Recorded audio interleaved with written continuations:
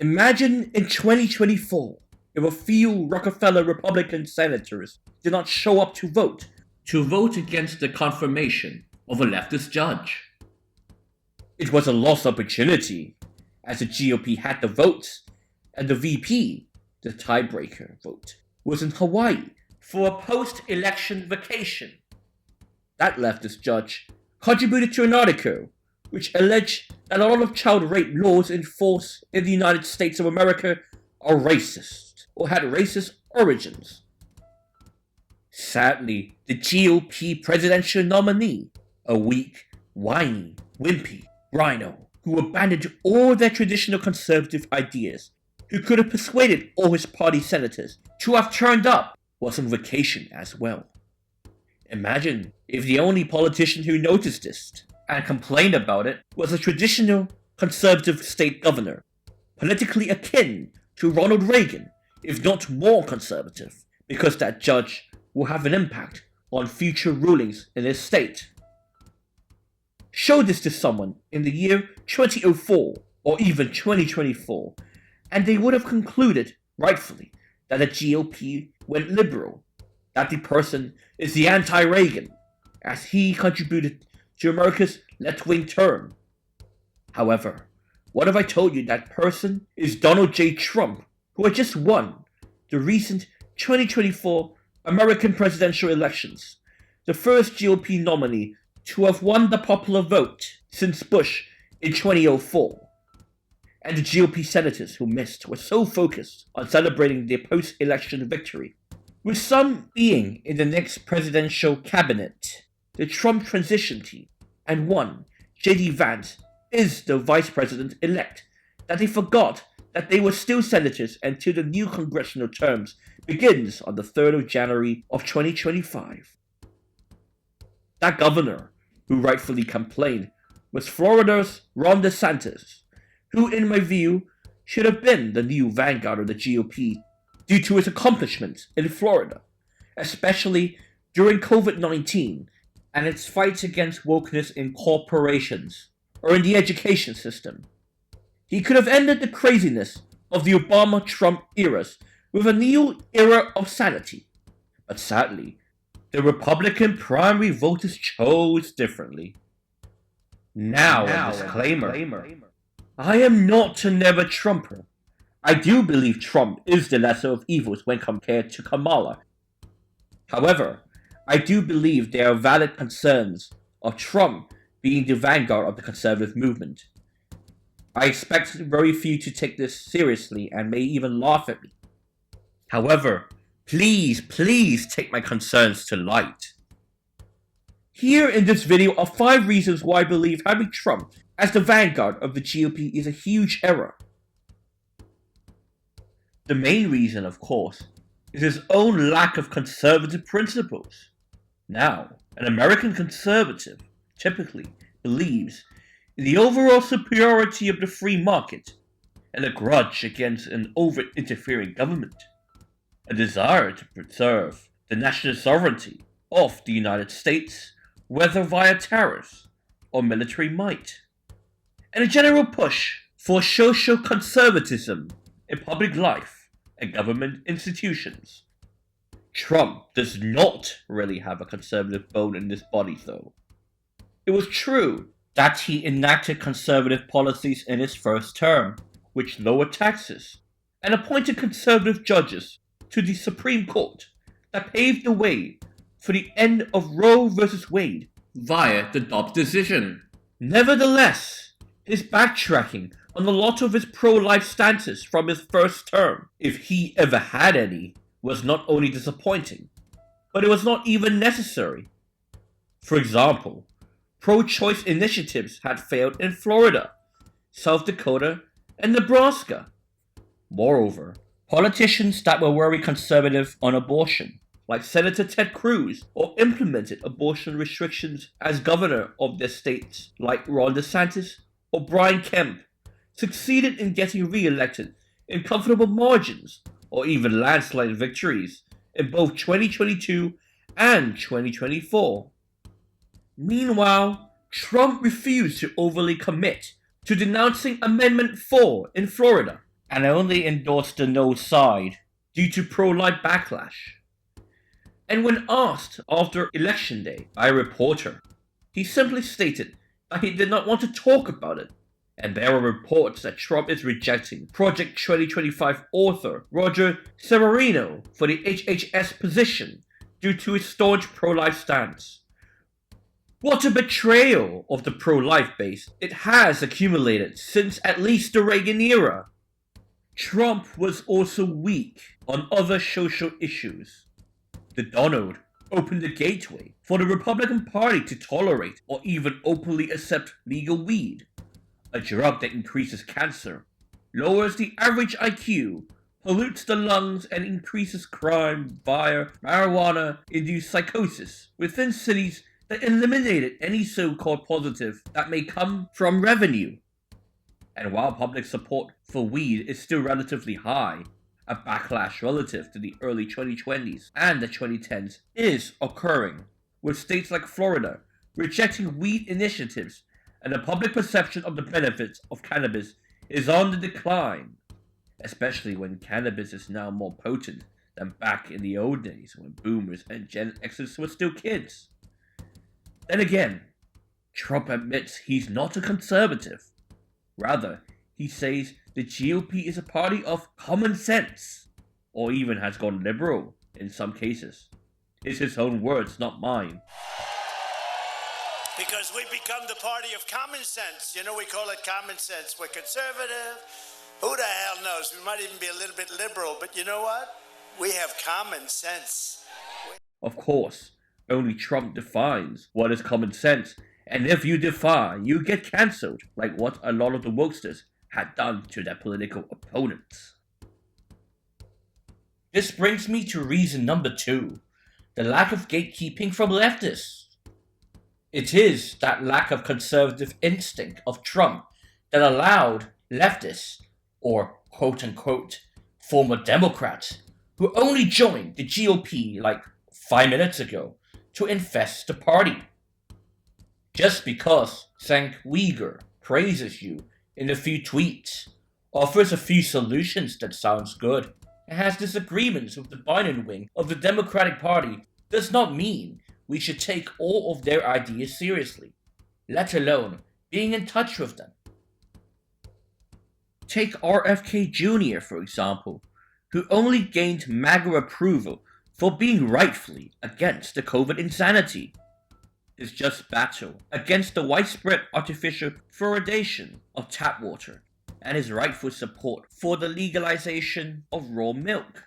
However, for the most part, he's no convert to conservatism and has kept most of his leftist beliefs.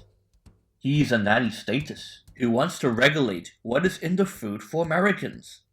And yes, I am aware that the USA has more lax food rules than Canada or those in the European Union. However, I do not believe the government should micromanage everything. And as long as what one consumes does not make anyone ill in the literal sense, I do not think it should be illegal, nor should the government have any concern. Moreover, didn't the GOP rightfully oppose Obama's health and nutrition programs in schools just 10 years ago? Why the double standards? Just because the same mindset has an R slapped to it does not make it good. Also, if one really cares about the health of the American people, then they should tackle the weed or vaping epidemic. However, weed acceptance, as stated before, is now growing in the Republican Party, and Trump has reversed his former anti-vape stance, thus showing the GOP's drift towards a more progressive view of the world. This also applies to Tulsi Gabbard. Just because she spoke against the Democratic Party's corruption and is relatively conservative for a party on immigration and religion does not mean she should be Director of National Intelligence. It is true that America has had a lot of foreign policy failures in the last 20 years, and if it does not have a strategy in Ukraine, then it should seek some sort of ceasefire alongside the leaked Trump peace plan. However, her foreign policy views are very sympathetic towards America's enemies like Putin And the Assad regime, due to her meetups with America's enemies, she is on an FBI watch list. And she has not recanted her anti-Trump foreign policy views. For example, she opposed Trump's withdrawal from the Iranian nuclear deal, the targeting of Qasem Soleimani, and Trump's moves against China on trade and on weapon sales to Taiwan. Some might say she recanted her former gun control views. She used to support a sitting in Congress. Now she opposes an assault weapons ban. However, I believe it is all strategic in order to gain Russian influence, with Russia praising her on national TV, her ties to Russian donors, and for a mysterious Indian cult to gain influence. She also has a lot of ties and meetups with open communists like Jackson Hinkle, a man who openly simps for America's enemies on the world stage, and who often travels to those nations for interviews on their state-run networks for propaganda purposes. Now, do you really want such a compromised individual being able to oversee America's intelligence? I certainly do not. Now, do not get me wrong. True ideological converts with overwhelming evidence of their ideological conversions should be welcomed. I mean, Ronald Reagan himself was a former Democrat. David Horowitz, a major defector from the Vietnam War era left, had also shown overwhelming evidence of his political conversion and who became a major conservative commentator by the 1980s. This was due to his torrid relationships with those in Rampart magazine who had shown overt radicalism and disregard for fellow comrades in their actions, as shown by the murder of Betty Van Patter, and Whittaker Chambers, a former Soviet agent turned anti-communist, was alienated by Stalin's Great Purge. So call me skeptical about the Tutsis or RFKs of the world. Some of those people were radical Democrats who campaigned for Bernie Sanders or even Joe Biden as recently as 2019 and 2020, supported gun grabs and radical environmentalism just a few years ago, and who only went Republican due to the GOP's openness towards leftist ideas on the state and on foreign policy. Even Trump Jr., as recently as in June 2024, criticized RFK Jr. as being worse than Biden, and Tulsi has not retracted her former critiques of Trump's first-term foreign policy.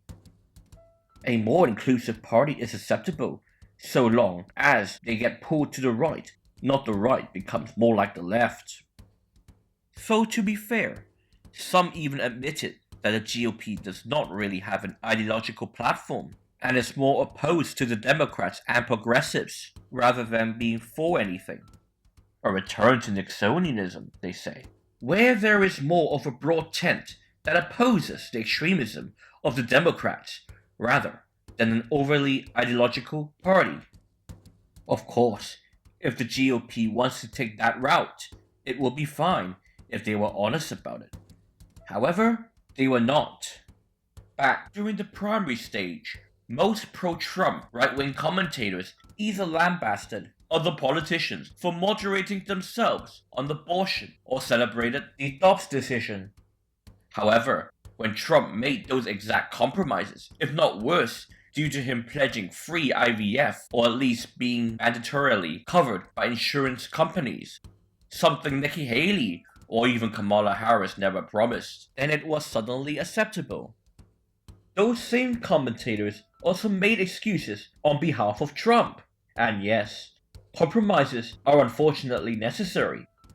Most of the American people are still sadly in support of liberal abortion laws, so the Overton window must be moved, and Red Eagle is 100% correct on that. However, I believe that Ron DeSantis' route of implementing and defending pro-life laws in his state, and Lindsey Graham's 15-week ban nationwide are better than Trump's total capitulation on the issue. Moreover, America's pro-choice stances are more nuanced as shown in that same Gallup poll, where half of Americans hold the legal only under some circumstances position. This shows that they can be persuaded towards the correct path on the issue. where DeSantis showed conservatives how to do so while not losing his popularity or losing elections.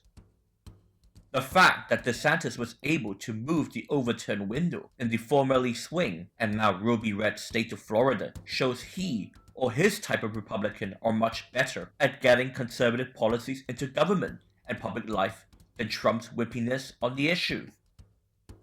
And this brings me to my third point. In my honest opinion, since at least 2016, and definitely after 2020, Trump has enacted a de facto ban on any competent successor that will at least advance conservative goals more so than him. While Trump has won both the 2016 and 2024 presidential elections, his presence stopped more competent conservatives like Ben Carson or Ted Cruz in 2016 or Ron DeSantis in 2024 from being the vanguard of the conservative movement.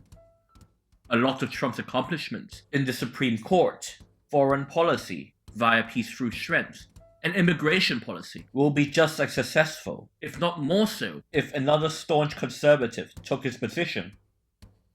The main reason why Obamacare's repeal had failed was because of Trump's attacks against John McCain, and McCain decided it was payback time for Trump's mocking of his military service. Ted Cruz and Ben Carson were wise enough not to overly mock McCain for being captured as a POW in the Vietnam War. If Trump was more cordial, it would at least mend relationships, in spite of disagreements over foreign policy. So more of what Trump and McCain would agree on, such as repealing Obamacare, would be passed. This point hits even harder since 2019, as Trump was not the anti-lockdown hero a lot of his supporters thought he was.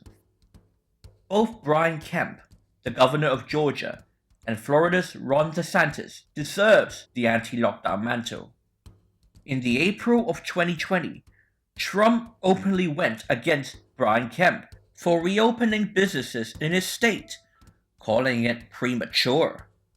And while DeSantis initially followed Trump's very own CDC guidelines, he later discovered the harms after he had done more research, made connections with anti-lockdown scientists like Jay Bhattacharya and Scott Atlas, and turned against those lockdowns. This made his state into the free state of Florida. While Trump did not order direct lockdowns, he enabled conditions for a lot of states to justify their authoritarian policies due to their deference to the CDC and NIH. Trump also refused to fire NIAID Director Anthony Fauci and did not even attempt to do so, saying that he was worried of taking the heat and that there is a bigger bomb if you fire him. Trump's ability to transform the political landscape may have been overrated. In 2016, he did not even win the popular vote, but only the Electoral College. And in 2024, his margin of victory was only the 44th greatest margin since 1824. Both records were pretty bad, considering he was running against Hillary Clinton and Kamala Harris, both who lacked the charisma and appeal of Obama, or the popularity and nostalgia of Bill Clinton. For all the talk about the new right claiming conservatives were losing, in 2014, the GOP had 31 governorships, and as recently as 2010, the GOP had their massive red wave, the largest swing since 1948, and greater than their 1994 House election victory. The GOP by 2014 was already right in moving away from the Bush-McCain-Romney consensus.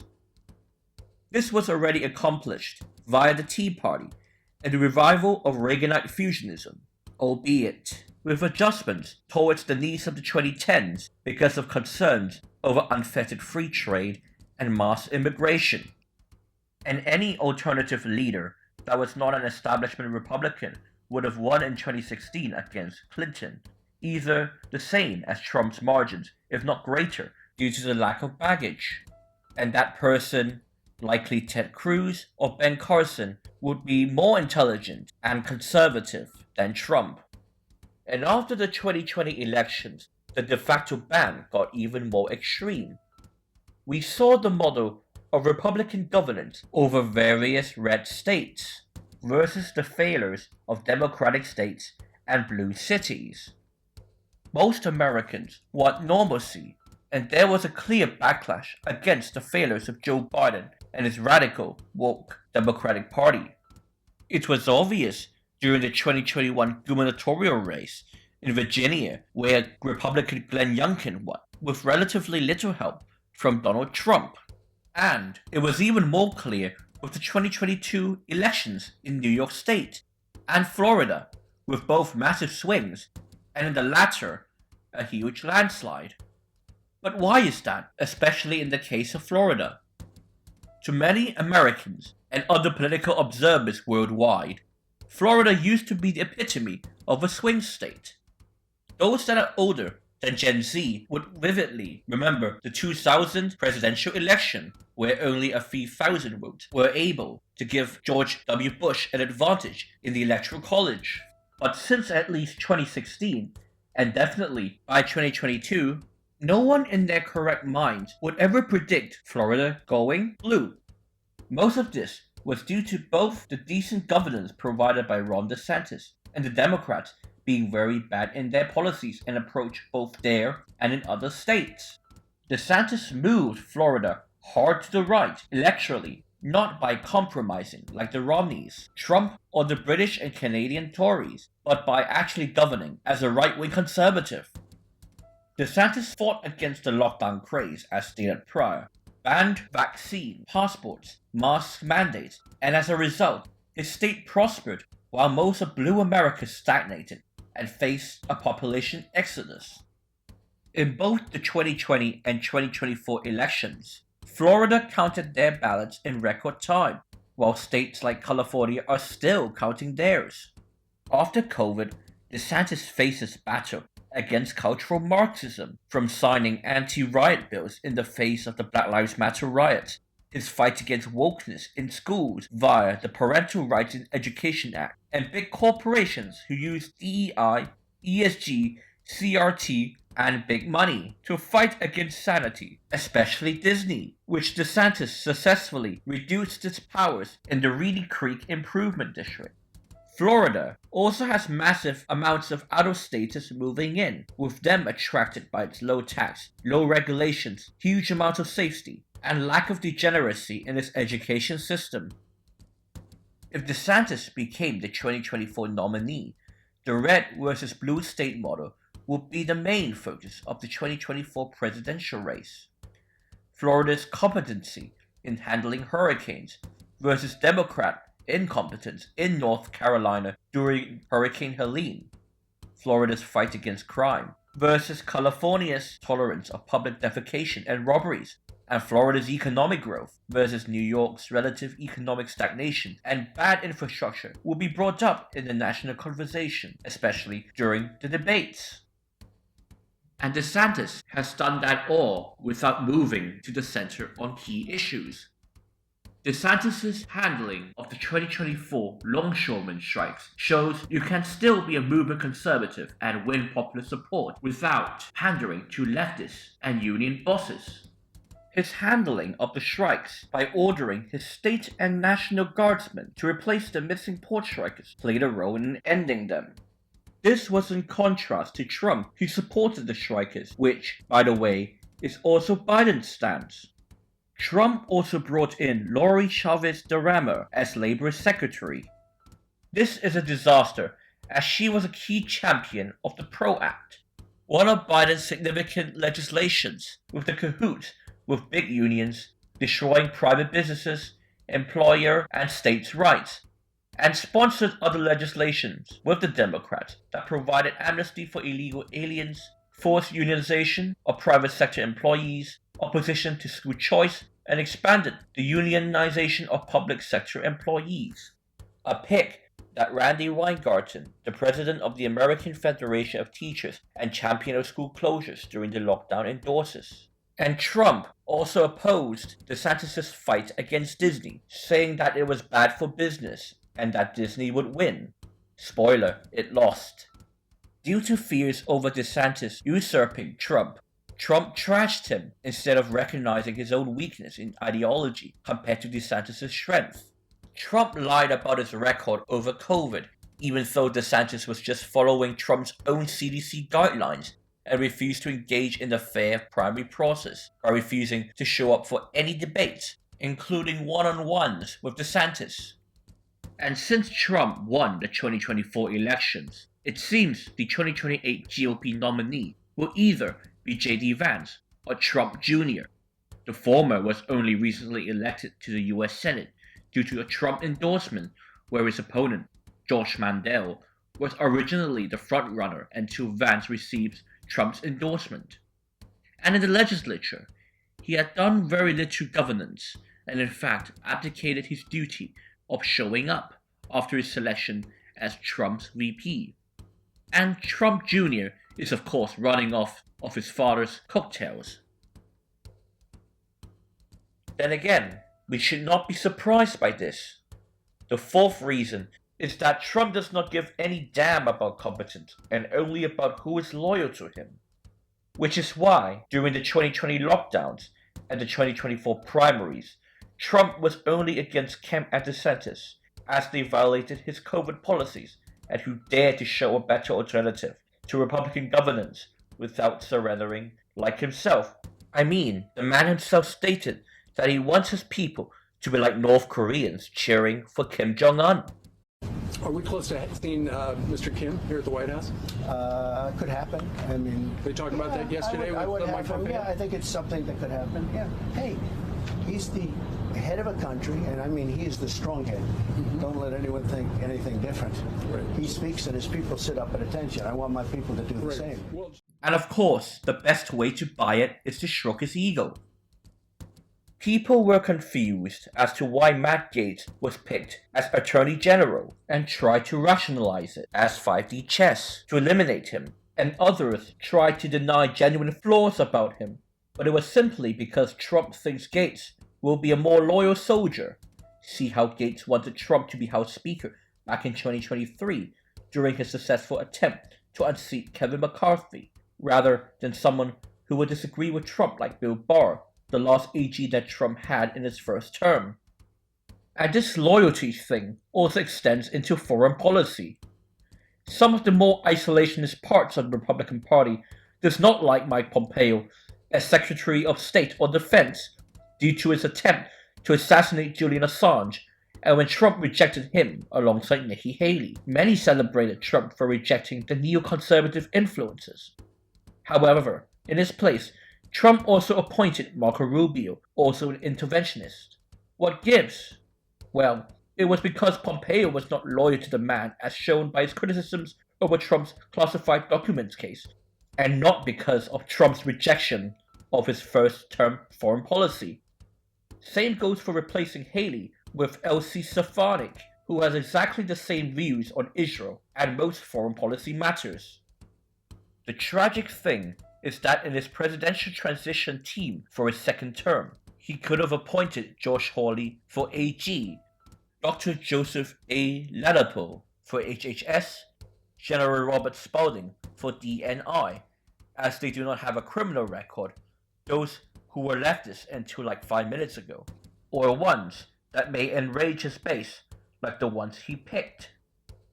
For example, Chad Chronister as DEA was weak on the LGBTQ agenda and also arrested a pastor for attempting to hold church services in the March of 2020.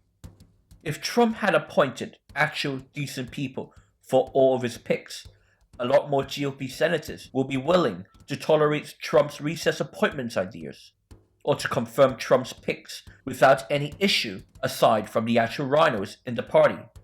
I mean, I will, as Trump has mostly decent picks, from Kash Patel as FBI Director, Jay Bhattacharya for the Director of the NIH, and Michael Waltz as National Security Advisor. His impact on his base, plus his legacy issues, is the final reason why he should not be the vanguard. While the media tries to portray Trump as this ultra-reactionary an ultra-extremist right-winger. In reality, Trump is like the British Tories, but with more fashy and edgelordy imagery. I mean, aside from the case studies I've described prior, one can simply compare Trump's versus DeSantis' response to the issue of transgenderism. Continue my stance on that. Biological men who say that they're trans be allowed in women's restrooms, in women's locker rooms, women's prisons, women's spaces. Yeah, my stance on that is really pretty much what I had in the military. I think it So has no. to be, huh? No, they Yeah. shouldn't. Yeah, it's my stance. I mean, that's been my stance. I may have allowed Caitlin, right? I knew Caitlin as Bruce. I knew Bruce, and Bruce was a great athlete and a very handsome person, very handsome guy. And all of a sudden, Bruce is Caitlin. I said, "What's this all about?" This was a brand new subject too, just like we talk about. The pandemic was a subject that nobody knew anything. Let me ask you something. Can a man become a woman? No. How ridiculous that we're even asking that question. While Trump seemed to struggle with the answer and waffled on the issue, DeSantis answered the question in just under a second. Also, Trump just recently debunked the rumor that he was going to ban and fire all transgendered individuals in the military. Moreover, criticizing Trump actually improves his potential second term, or at least changes his behavior. Trump withdrew Chad Chronister thanks to the backlash from his base. And because of the backlash from pro-lifers, Trump was forced to publicly tone down his moderation on abortion issues. Sadly though, most of his base downplay his obvious flaws. They always say he's getting bad advice when Trump makes a wrong move, like when he picked Scott Bennett as Treasury Secretary due to his Soros ties. Or when Trump approves of Ukraine aid, which to be fair, I do agree with, but his base does not. They always seem to blame others around him, like Mike Johnson, or the neocon globalist influences, and that he's getting bad advice rather than Donald Trump's own flaws. You do realize Trump has agency, right? And he's not some reactive force or puppet. I see a huge double standard, where if others like DeSantis or Nikki Haley had done the same, they would be criticized. But when Trump does it, it's suddenly not his fault, or that only everyone else can blame themselves for failing Trump. While I do not think Trumpism is a literal cult, there are definitely sizable portions of its base that acts like the MAGA movement should have cultish tendencies. Trump supporters rightfully criticized a lot of Trump's opponents for having Trump derangement syndrome, or TDS, as they have unhinged reactions to Donald Trump even when he made the correct decision, like claiming COVID came from a lab leak in China. However, his supporters are at times no better and have a cancer culture of their own. Just look at how Kash Patel is now threatening to sue Olivia Troy for criticizing his fitness to serve as FBI director. While I do not agree with that criticism and believe Patel to be suitable, it seems that a lot of the Trump base just wants to appear to fight or to cancel dissenters rather than to allow free speech, or better yet, just govern well and forget about the drama. Or how if you question Trump's appointments, you are a rhino. I do think an article by Richard Hanania titled Non-Leftist Media and the Michael Schellenberger Problem explains the whole phenomenon. While they rightfully criticize Biden's nominees like Rachel Levine as his Assistant Secretary of Health due to Levine's refusal to recognize the basic realities of sexuality and her own biology, they use whataboutisms or deflections to Biden's nominees to distract from the real flaws of Trump's own nominees. That is not accountability, nor do I believe that that is what Americans voted for on November the 5th, especially in the very close election, and not a landslide in the style of Reagan in 1984 or Obama in 2008 respectively. In short, Trump's legacy is one of misreadings and huge misinterpretations by both his base and by most of his opponents from an over-exaggeration of his conservatism to seeing the 2024 election as a triumph of the MAGA agenda rather than simply a justified repudiation of Biden's progressivism and wokeness, to his base acting like the left and then spoiling the political culture as much as those on the left. With that being said, I am not a never Trumper. Trump's victory is still much preferable to Kamala Harris's, in spite of Trump's aforementioned flaws. So yes, it is a good thing for America and the wider world that Trump won, given the alternative. Of course, if Harris emerged victorious in some alternate universe, Biden's malaise would continue unpunished, especially on foreign policy, where his weakness towards Russia and Iran emboldened them on the world stage to attack Ukraine and Israel respectively. And on the home front, Kamala Harris would continue Biden's wokeness in governmental institutions, universities, and in the military. And inflationary policies, like modern monetary theory, would continue. Harris is also very dictatorial, in spite of her claims that Trump will act as such. She wanted to eliminate the filibuster, expand the Supreme Court, and is a radical on abortion and immigration, and will likely endorse amnesty, and would definitely refuse to secure the border via the implementation of Mike Johnson's H.R. 2 bill to reinstate Trump's Remain in Mexico policy. After all, she was the border czar during Biden's term in office, and look what happened. And while Trump may be the lesser of two evils vis-a-vis Harris, there are still a lot of positives about him winning in both 2016 and 2024. Trump thankfully ended all the political dynasties of old, maybe for the wrong reasons, but it is good to see the failed politicians of the last 30 years being forced into de facto political exile, from the Cheneys to the Clintons. And while for the most part, I am a free marketeer, and yes, I am very critical for some in the GOP for longing for an Eisenhower or Nixon consensus on price controls over economic policy and approach to trade unions, there is definitely a need for a lot, especially on the political right, to reflect towards the failures of unfettered free trade.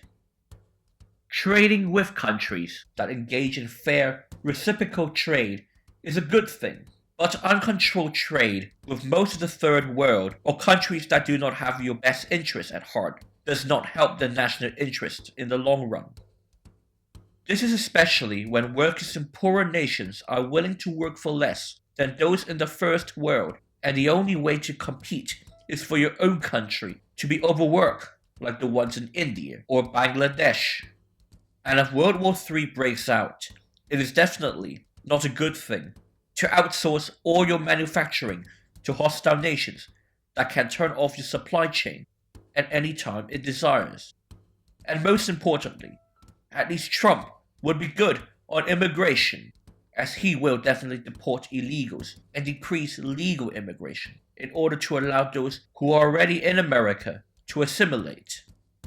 On the foreign policy front, Trump made an understandable pivot away from 2000s era neoconservatism. While I am a peaceful strength guy and an admirer of Ronald Reagan's and Winston Churchill's foreign policies, and despise appeasement, endless wars with no clear defined goal, or wars with overly utopian ambitions with no direct interest to the American people, were rightfully rejected by Trump.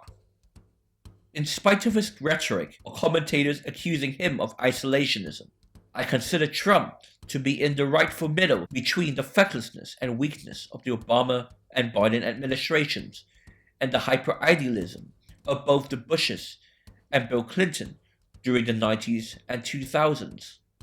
And as a result, his first term was possibly the best of every American president in the 21st century so far. Trump also has an interesting appeal towards some people like youngsters and low propensity voters that others, including DeSantis, might not have. It is very interesting to see Trump has Obama-like favorability among Gen Zers like how the millennials loved Obama back in the late 2000s to early 2010s.